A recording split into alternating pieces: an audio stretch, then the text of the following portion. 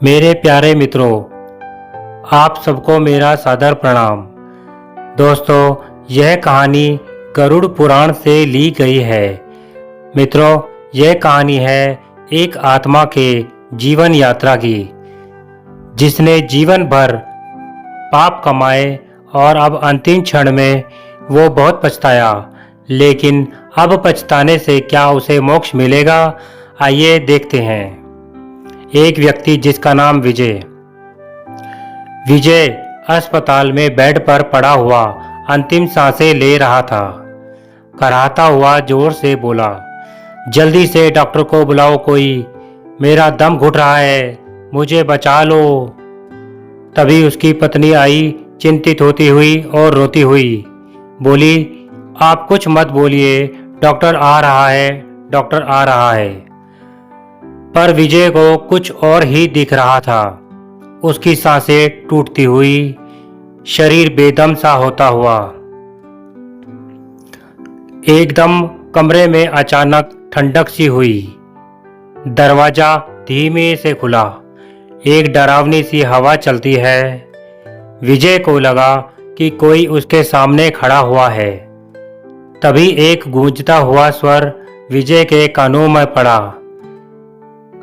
विजय सेठ, तेरा समय पूरा हुआ, चल अब यमलोक चल।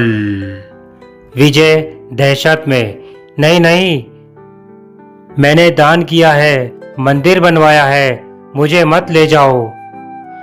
अभी तो ठीक से मैं जिया भी नहीं हूँ, मेरी बीवी का क्या होगा, मेरा बच्चा अनाथ हो जाएगा, नहीं नहीं, मुझे मत ले जाओ।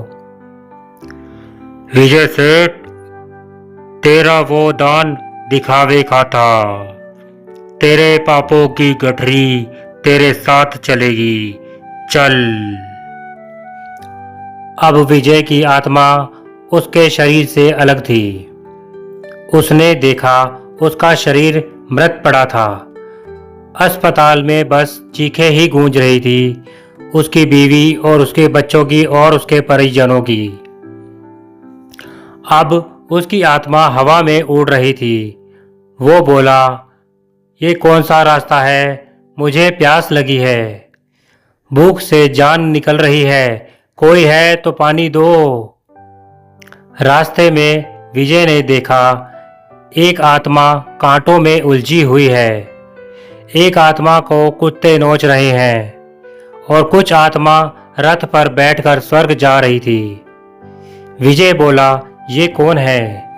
तभी यमदूत ने कहा, ये वो आत्मा है जिन्होंने जैसा कर्म किया है वैसा फल उन्हें मिल रहा है। तू तैयार हो जा अपना फल पाने के लिए।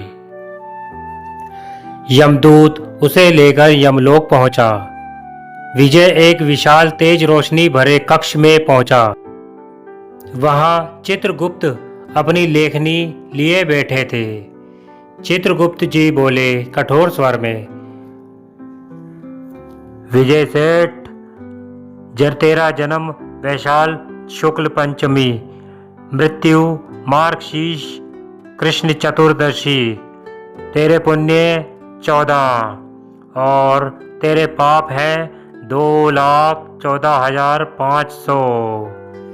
विजय घबराकर बोला, मैंने दान दिया है, मंदिर बनवाया है, गरीबों को खाना खिलाया है। चित्रगुप्त बोले, तेरा हर पुण्य स्वार्थ से जुड़ा हुआ था। तूने झूठ बोलकर गरीबों की जमीनें हड़पी और भूखों से मुनाफा कमाया। दिखावे का पुण्य ईश्वर की नज़रों में अधर्म होता है, पाप होता है विजय सेठ।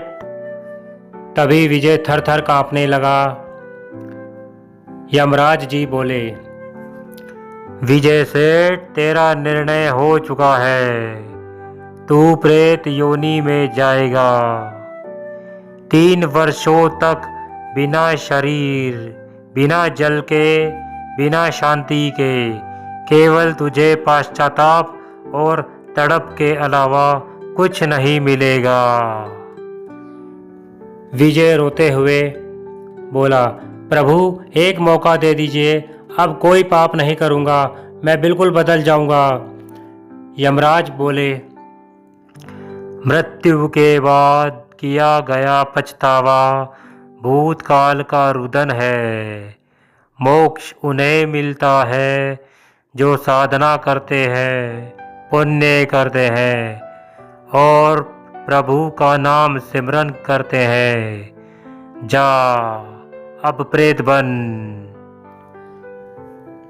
अब विजय की आत्मा शमशान के एक कोने में पड़ी थी। उसके चारों ओर सूखे वृक्ष, गिद्धों की चीत्कार थी। विजय चिल्लाया, मुझे कोई देख सकता है क्या? कोई तो सुनो, जल दो, मुझे प्यास लगी है, कोई तो बोलो। ऐसे ही दिन, हफ्ते, महीने और साल गुजरे। वो तड़पता रहा। फिर एक दिन एक साधु वहां से गुजरा।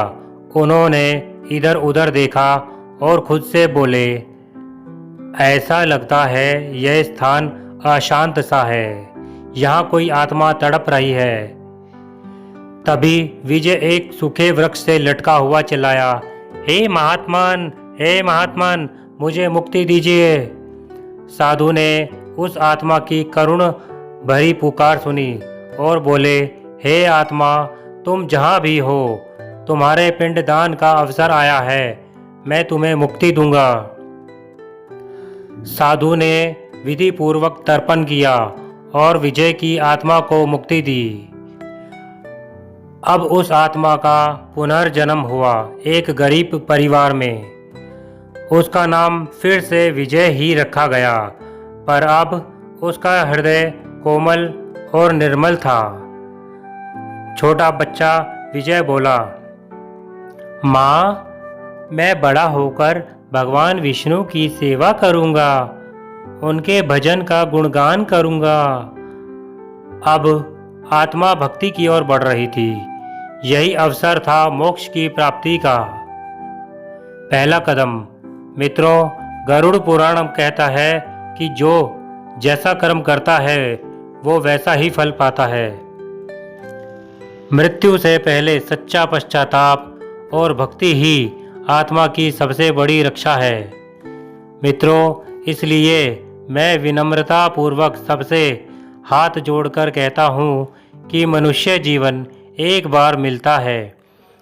इसी मनुष्य योनि में प्रभु को पहचानो, उसका सिमरन करो और पापों से मुक्ति पाओ।